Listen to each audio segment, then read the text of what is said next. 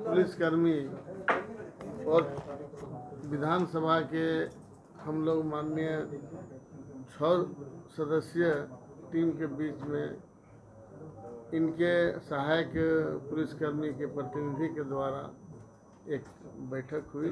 इस बैठक में इन लोगों का जो डिमांड था उस डिमांड पर हम लोग चर्चा किए। चर्चा के दरमियान में फलाफल निकला और यह आज अभी इन लोग अपना आंदोलन को समाप्त करेंगे।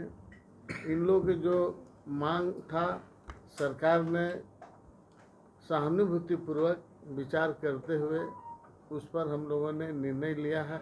इनके हित के लिए आने वाला दिन इन लोग जिस रूप से काम करते थे उसी रूप से करेंगे और जो जो डिमांड इन लोगों का था उन लोग को हम लोगों ने पूरा किया है और बाकी चीज़ें जो है आपको हम लोगों ने लिखित प्रतिवेदन जब देंगे तो उससे सारा क्या डिमांड क्या किया? डिमांड इन लोग के जो है उस पक्ष उन पक्ष को पूछ लीजिए। क्या उस पक्ष को सब उस पक्ष को पूछ लीजिए। कमेटी की तरफ से मथुरा ने बता दिया है, आप एक बार उस पक्ष से पूछिए। जो जो इनका था जैसे मानदेय था तो मानदेय पर भी विचार हुआ है, समायोजन के लिए सवाल पर भी विचार हुआ है और बाकी चीज़ें उस पक्ष से भी आप पूछ लीजिए। सौहार्द वातावरण में हुआ, इसके लिए हम सरकार के तरफ से सहायक पुलिसकर्मी का आभार प्रकट करते हैं कि जिन्होंने इस कमेटी के टीम के साथ वार्ता करके समझौता को सफल किया और अपने आंदोलन को समाप्त किया। पारा शिक्षक भी हड़ताल पर है आज के तारीख में। सरकार की तरफ से 6 सदस्यीय प्रतिनिधि मंडल और सहायक पुलिस कर्मियों से सभी जिला के प्रतिनिधि मंडल हम लोग लगभग 10-11 बजे से अब तक प्रत्येक बिंदुओं पर बारीकी से विमर्श चर्चा किए और सहमति असहमति के बीच बात आगे बढ़ती चली गई, जिसमें हम लोग का पहला मांग था समायोजन का।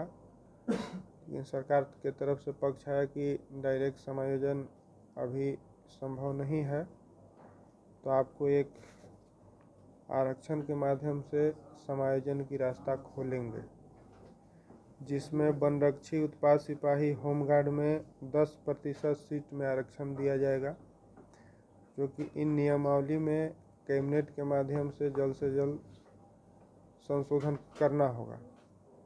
और पूर्व में भी मेरा जो सहायक पुलिस नियमावली है उसमें 10% अधिमानता की प्रावधान है, तो उसमें जो है उस जो स्वतः चलता रहेगा।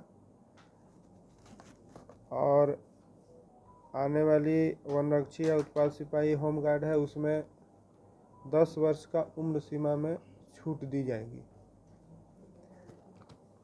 और वेतन वृद्धि के नाम पर हम लोगों भी चर्चा विमर्श हुआ, तो सरकार 25% 30% बोली। हम लोग उसमें थोड़ा सा चर्चा विमर्श किए कि आज के समय में 13,000-12,000 में थोड़ा जीवन यापन मुश्किल है, थोड़ा और सोचा जाए।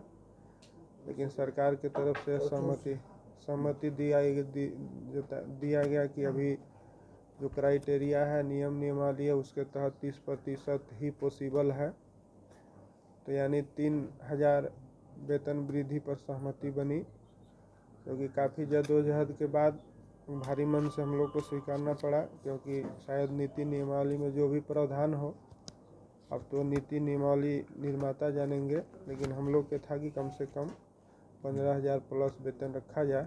लेकिन उस स्थिति में सहमति नहीं बन पाई।